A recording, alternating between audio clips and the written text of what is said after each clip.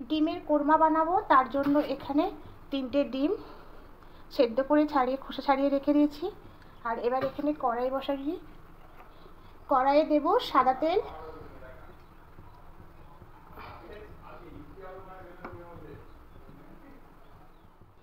এবার পেঁয়াজগুলো ভেজে নেব অল্প করে।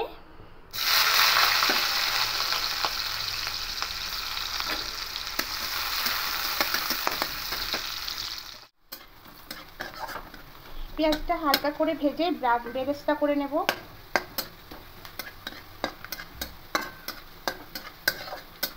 হালকা লাল লাল হয়ে এসছে, এর বেশি করবো না। এবার পেঁয়াজগুলোকে তুলে নেব। সব পেঁয়াজগুলো তুলে নিয়েছি। এবার তেলের মধ্যে অল্প লবণ দেব।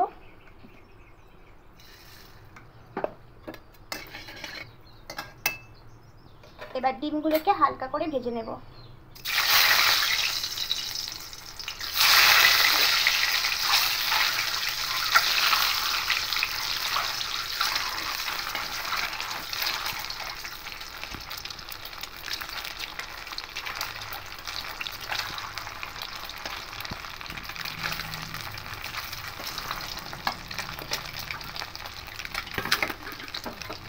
এর থেকে বেশি ভাজবো না। এবার ডিমগুলো তুলে নেব।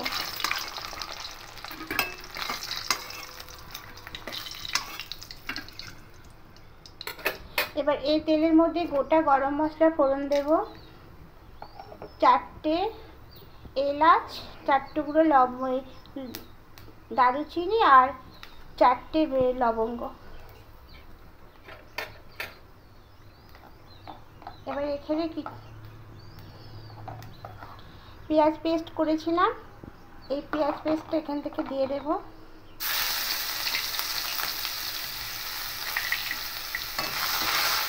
এবার এখানে আদা, রসুন আর কাঁচা লঙ্কা পেস্ট করেছিলাম, এখান থেকে দিয়ে দেব। 2 চামচ দিয়ে দেব। এবার একটু ভালো করে কষিয়ে নেব। এবার এখানে মশলা রেখেছিলাম, ধনিয়া গুঁড়ো, জিরে গুঁড়ো আর কাশ্মীরি লঙ্কার গুঁড়ো, এটা একটু দিয়ে দেব।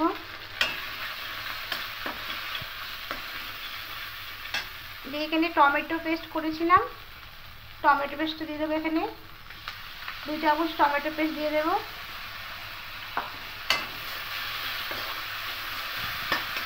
এবার পরিমাণ মতো লবণ দিয়ে দেব।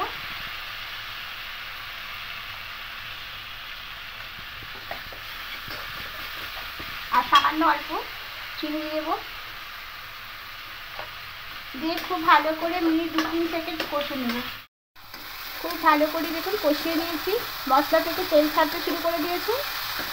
এবার এখানে দুধ দিয়ে দেবো।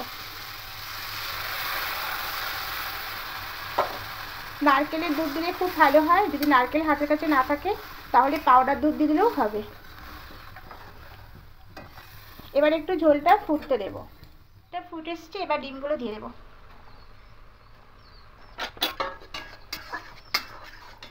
ডিমগুলো দিয়ে আরও কিছুক্ষণ ফুটিয়ে নেব, ঝোলটা একটু কমে আসবে।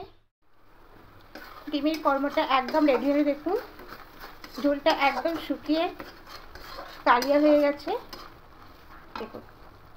এবার ডিমটাকে নামিয়ে নেব। ডিমের কোরমাটা একদম রেডি। এবার এর উপর দিয়ে একটু বেরেস্তা দিয়ে দেবো।